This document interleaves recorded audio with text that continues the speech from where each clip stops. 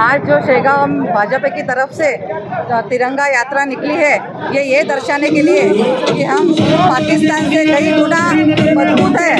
और जो इन्होंने अपने को पाकिस्तान ने जो अपने पे वार किया था, आज उसमें हम उसके 10 गुना 2 गुना बड़े हैं और ताकतवर है, ये जताने के लिए हमने रैली की है।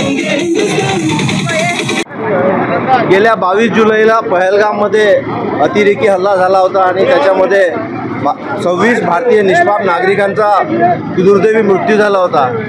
आणि सातत्याने पाकिस्तान ही पुरबोडी गेल्या अनेक वर्षापासून करत आहे, परंतु जेव्हा मोदीजीचं सरकार आलं तेव्हापासून याला आळा बसला होता।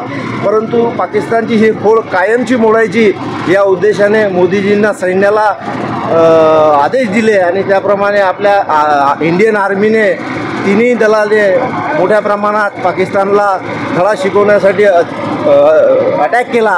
त्याच्यामध्ये त्यांचे एअरबेस उद्ध्वस्त झाले आणि त्याच्यातून एक संदेश जगामध्ये गेला की भारतीय सैन्य आणि भारतीय नागरिक आणि भारताचे प्रत्येक देशवासी हे किती मजबूत आहेत। आणि अशात या सैन्य दलाचा जो सन्मान आहे तो वाढवण्यासाठी आणि त्यांचं मनोबल वाढवण्यासाठी मंडल स्तरावर भारतीय जनता पार्टीच्या वतीने या तिरंगा रॅलीचे आयोजन करण्यात आले होते।